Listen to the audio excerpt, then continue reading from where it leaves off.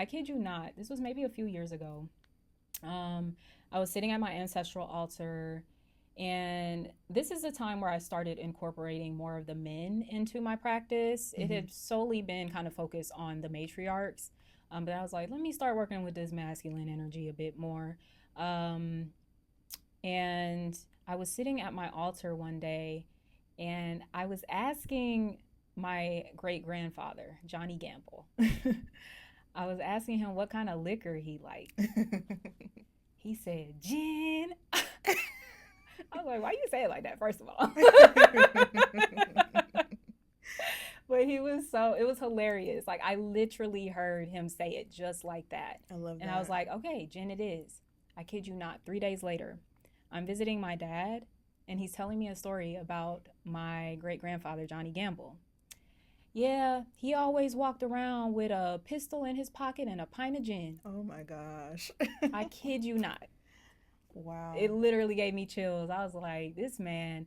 And we've had a lot of moments in the spirit where he put me on, like, use this herb. I need you to Mm-hmm. use that. Mm-hmm. Like, I did find out recently that my great grandfather was married to my great grandmother, who was very Christian. Mm-hmm. My great grandfather was atheist.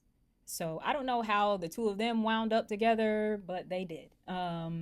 And I don't really know what his spiritual practices or values were. Mm-hmm. And it would have been interesting to kind of know some of that because, like I said, just in spirit, I've had a conversation with him where he's over here like, yeah, you should use this herb. So I'm like, okay, is that something you used to kind of work with, back in your time? Like, maybe you wasn't into God and everything, but maybe you was into herbal stuff, herbalism and Yeah. things like that. And who knows? Maybe a little root work or something. Mm-hmm. Like, I don't know. But I mean, maybe I could know. I could inquire more and continue to like build that connection. And I think that's something that we need to just be mindful of in these relationships that we have with venerating our ancestors. We have to normalize communicating with them. Yeah.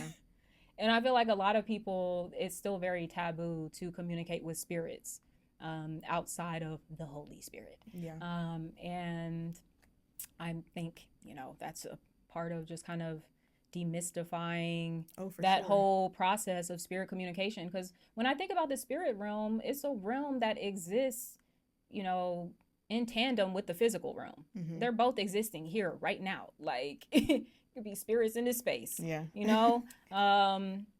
And it's just like a world that we can exist with, we can coexist with the spirit realm. Yeah. But I feel like so many of us, depending on what kind of religion we were indoctrinated with specifically, we're taught like, no, like, Mm-hmm. that's demonic, you're not supposed to be messing with that stuff, that's bad.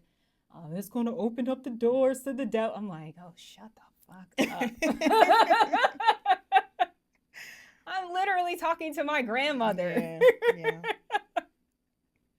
Like, please. So Yeah, I I love know that you it. said that you started working with your male ancestors though, because I feel Mm-hmm. like I've started to get a nudge towards that as well. Okay. Like I said with my great grandfather, like I only have maybe one memory of him, but it's Mm-hmm. such a strong like his.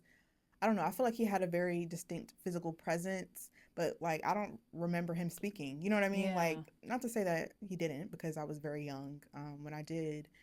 The memory that I do have with him was pretty young, Okay. early childhood. So the memory isn't always the best.